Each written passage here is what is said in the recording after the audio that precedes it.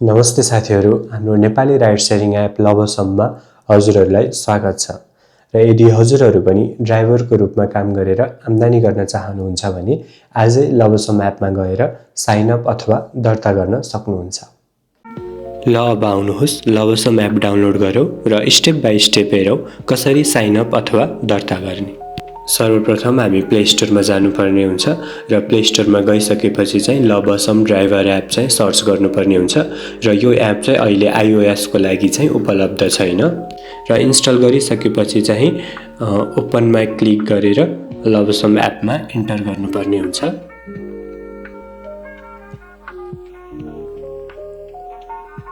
र त्यसपछि एलाउमा क्लिक गर्ने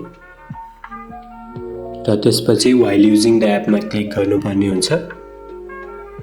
त्यसपछि गेट स्टार्टेडमा क्लिक गरेर चाहिँ हामी साइन अपमा क्लिक गर्नुपर्ने हुन्छ। त्यसपछि हामीले आफ्नो फर्स्ट नेम राख्नुपर्ने हुन्छ। हजुरहरूको मिडल नेम छ भने राख्दा हुन्छ, छैन भने नराख्दा केही पनि फरक पर्दैन।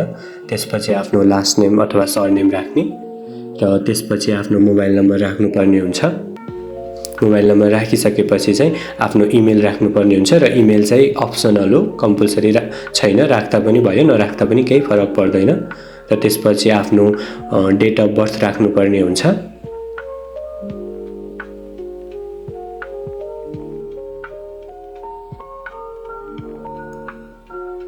र डेट अफ बर्थ राखिसकेपछि चाहिँ हामीले आफ्नो जेन्डर राख्नुपर्ने हुन्छ। अहिलेलाई चाहिँ रिफरल कोड इग्नोर गर्दा केही पनि फरक पर्दैन।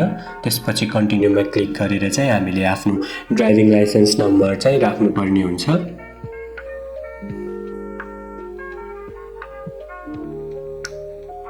र हामीले चाहिँ ड्राइभिङ लाइसेन्सको फोटो राख्नुपर्ने हुन्छ। फ्रन्ट र ब्याकमा एउटै फोटो राख्दा केही पनि फरक पर्दैन।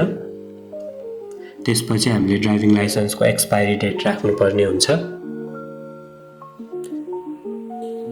र एक्सपायरी डेट राखिसकेपछि चाहिँ फेरि कन्टिन्यूमा क्लिक गरेर हामीले चाहिँ आफ्नो रिसेन्टली अपडेटेड सेल्फी अथवा आफ्नो फोटो राख्नुपर्ने हुन्छ। अनि कन्टिन्यूमा क्लिक गरेर आफ्नो क्याटेगोरी स्कुटी, बाइक अथवा लग्जरी कार के हो त्यो राख्नुपर्ने हुन्छ।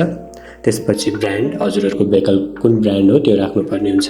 त्यसपछि हजुरहरूको भेहिकलको मोडल पनि खुलाउनु पर्ने हुन्छ।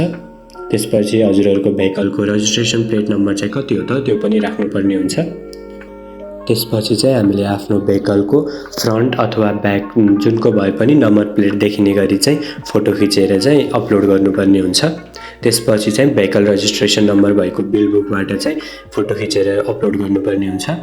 र फेरि पनि हजुरको भेहिकलको चाहिँ डिटेल डिस्क्रिप्सन जुन हुन्छ बिल बुकमा त्यो पनि फोटो खिचेर राख्नुपर्ने हुन्छ। त्यसपछि चाहिँ हजुरले कहिले रिन्यू गर्नुभयो त त्यो पनि बिल बुकबाट फोटो खिचेर राख्नुपर्ने हुन्छ। अनि त्यसपछि चाहिँ हजुरको इन्सुरेन्सको पेपरको पनि फोटो अपलोड गर्नुपर्ने हुन्छ। त्यसपछि चाहिँ हजुरहरूको इन्सुरेन्सको एक्सपायरी डेट पनि राख्नुपर्ने हुन्छ। त्यसपछि चाहिँ हजुरहरूको अब बिल बुक रिन्यू गर्ने अन्तिम डेट कहिले छ त्यो डेट पनि राख्नुपर्ने हुन्छ।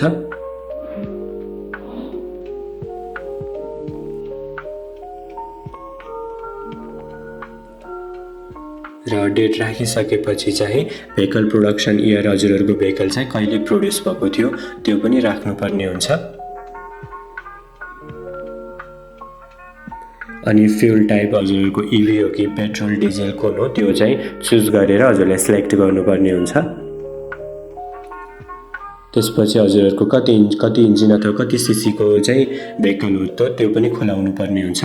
त्यसपछि हजुरहरूको भेहिकलमा चाहिँ कति सिट क्यापेसिटी छ त त्यो पनि राख्नुपर्ने हुन्छ।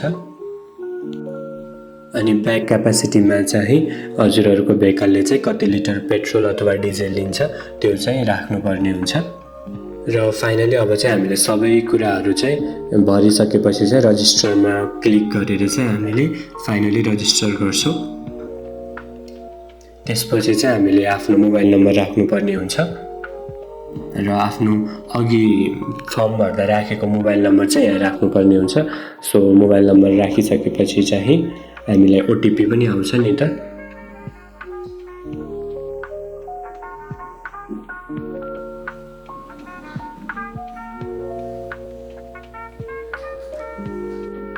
र मोबाइल नम्बर राखिसकेपछि चाहिँ लगइनमा क्लिक गरेर चाहिँ हामीलाई चाहिँ त्यही भर्खरको मोबाइल नम्बरमा चाहिँ ओटिपी मेसेज आएको हुन्छ 4 डिजिट्सको।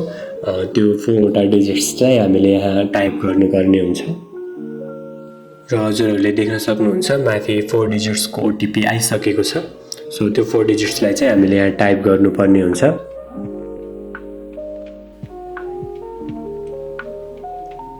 र टाइप गरिसकेपछि चाहिँ हामीले कन्टिन्यू बटनमा क्लिक गर्छौँ। अब चाहिँ हजुरहरूको एकाउन्ट भेरिफाईको लागि पेन्डिङमा हुन्छ, जुन चाहिँ 24 आवर्सभित्र भेरिफाई हुन्छ र भेरिफाई भइसकेपछि चाहिँ लमसममा हजुरहरू ड्राइभरको रूपमा काम गर्न सक्नुहुन्छ। धन्यवाद हजुरहरूलाई भिडियोको अन्तिमसम्म आइदिनु भएकोमा। र अब चाहिँ हजुरहरू एपमा कसरी अनलाइन बस्ने र बिडिङ सिस्टम मार्फत चाहिँ कसरी चाहिँ काउन्टर अफर गर्न सकिन्छ भन्ने जस्ता थप जानकारीका लागि चाहिँ हाम्रो भिडियो हेर्दै गर्नुहोला। हस्त धन्यवाद।